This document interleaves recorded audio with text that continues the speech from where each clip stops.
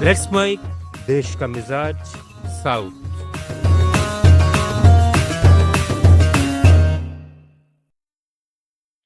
देश का मिजाज खबरें दक्षिण भारत से।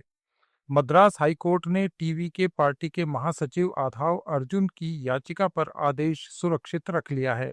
इसमें उन्होंने करूर भगदड़ के बाद की गए विवादास्पद ट्वीट के लिए दर्ज एफआईआर रद्द करने की मांग की थी। 29 सितंबर के इस ट्वीट में अर्जुन ने युवाओं खासकर जेनजेड को भारत में श्रीलंका और नेपाल जैसी क्रांति के लिए उकसाया था।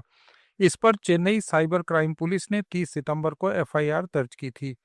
याचिकाकर्ता के वकील अभिषेक मनु सिंघवी ने कहा कि ट्वीट पुलिस बर्बरता के खिलाफ था और विवाद से बचने के लिए आधे घंटे में हटा लिया गया, जबकि पुलिस ने इसे सरकार गिराने की साजिश बताया। जस्टिस एडी जगदीश चंद्रा ने दोनों पक्षों के तर्क सुनने के बाद फैसला सुरक्षित रखा है। तमिलनाडु के सलेम जिले में संकारी के पास ओरुक्का मले में पुलिस ने 2 बुजुर्ग महिलाओं की हत्या के आरोप में 55 साल के सी अय्यनार को गोली मारकर गिरफ्तार कर लिया। पुलिस के अनुसार अय्यनार ने गिरफ्तारी के दौरान हमला किया और भागने की कोशिश की, जिससे उसके पैर में गोली मारी गई। इस पर हत्या के कई मामले दर्ज हैं और 2 में उसे सजा भी हो चुकी है। ये घटना उसी जगह पर हुई जहां उसने इस सप्ताह की शुरुआत में 2 महिलाओं की हत्या की थी। कर्नाटक सरकार ने गन्ना किसानों के लिए उचित और लाभकारी मूल्य में 100 रुपये प्रति टन की बढ़ोतरी की घोषणा की है। इसके बाद किसानों ने अपनी हड़ताल खत्म कर दी।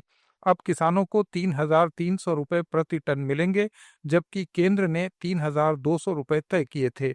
इस अतिरिक्त राशि में राज्य सरकार और चीनी मिलें 50-50 रुपये का योगदान देंगी। मुख्यमंत्री सिद्धारमैया की अध्यक्षता में बेंगलुरु में किसान नेताओं और चीनी मिल के प्रतिनिधियों के साथ बैठक में ये फैसला लिया गया। उप मुख्यमंत्री डीके शिवकुमार और उद्योग मंत्री एमबी पाटिल भी बैठक में मौजूद थे। कर्नाटक के मुख्यमंत्री सिद्धारमैया पर केंद्रीय मंत्री प्रहलाद जोशी ने गन्ना मूल्य विवाद में केंद्र को दोष देने के लिए तीखा हमला बोला है। जोशी ने इसे किसानों के साथ क्रूर मजाक बताया। राज्य ने केंद्र के 3,200 रुपये प्रति टन के मुकाबले 100 रुपये बढ़ाकर 3,300 रुपये किए, लेकिन किसान 3,500 रुपये की मांग कर रहे हैं। जोशी ने कहा कि केंद्र ने 2025-26 के लिए 3,550 रुपये तय किए हैं, जिसमें 105% लाभ है। सिद्धारमैया एथेनॉल और निर्यात नीतियों के लिए भी केंद्र को जिम्मेदार ठहरा रहे हैं। आंध्र प्रदेश निवेश प्रोत्साहन बोर्ड ने 26 प्रमुख औद्योगिक परियोजनाओं को मंजूरी दी है। ये कुल 1.01 लाख करोड़ रुपए का निवेश लाएंगी और राज्य में 85,570 नौकरियां पैदा करेंगी। मुख्यमंत्री एन चंद्रबाबू नायडू की अध्यक्षता में अमरावती में हुई इस बैठक में अधिकारियों को जमीन के आवंटन और बिजली कनेक्टिविटी तेज करने और प्रगति न होने पर मंजूरियां रद्द करने के साथ ही 15 औद्योगिक क्लस्टर्स विकसित करने के निर्देश दिए गए। नायडू ने इलेक्ट्रॉनिक्स पार्क स्थापित करने, विशाखापट्टनम, तिरुपति और अमरावती के लिए इंटीग्रेटेड मास्टर प्लान तैयार करने और 3 इकोनॉमिक कॉरिडोर विकसित करने की योजना पर जोर दिया। उन्होंने कहा कि इन्वेस्टमेंट प्रपोजल्स को बिना देरी या नौकरशाही की बाधा के अमल में लाना जरूरी है। तेलंगाना की प्रीमियर एनर्जीज ने आंध्र प्रदेश में सौर ऊर्जा के क्षेत्र में 5,942 करोड़ रुपए के निवेश की घोषणा की है। नेल्लोर जिले के नायडूपेटा औद्योगिक पार्क में स्थापित होने वाले इस प्रोजेक्ट में 4 गीगावाट टॉपकॉन सोलर सेल इकाई के साथ 5 गीगावाट सिलिकॉन इंगोट और वेफर प्लांट होगा, जिसे बाद में 7 गीगावाट तक बढ़ाया जाएगा।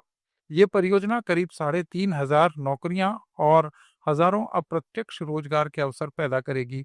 आईटी मंत्री नारा लोकेश ने इसे राज्य की तेज निर्णय लेने वाली नीतियों का प्रमाण बताया, जो तेलंगाना से स्थानांतरित इस प्रोजेक्ट को आकर्षित करने में सफल रही। आप सुन रहे थे let's make more than radio. Follow कीजिए हमें हमारे सोशल मीडिया प्लेटफॉर्म्स पर। It's time for news. It's time for more than radio. Presenting the first radio news app, Let's Mic. Let's Mic, a news-based app on your phone where you get to watch and listen news, talk shows, interviews, radio show podcasts. On Let's Mic, you get all relevant information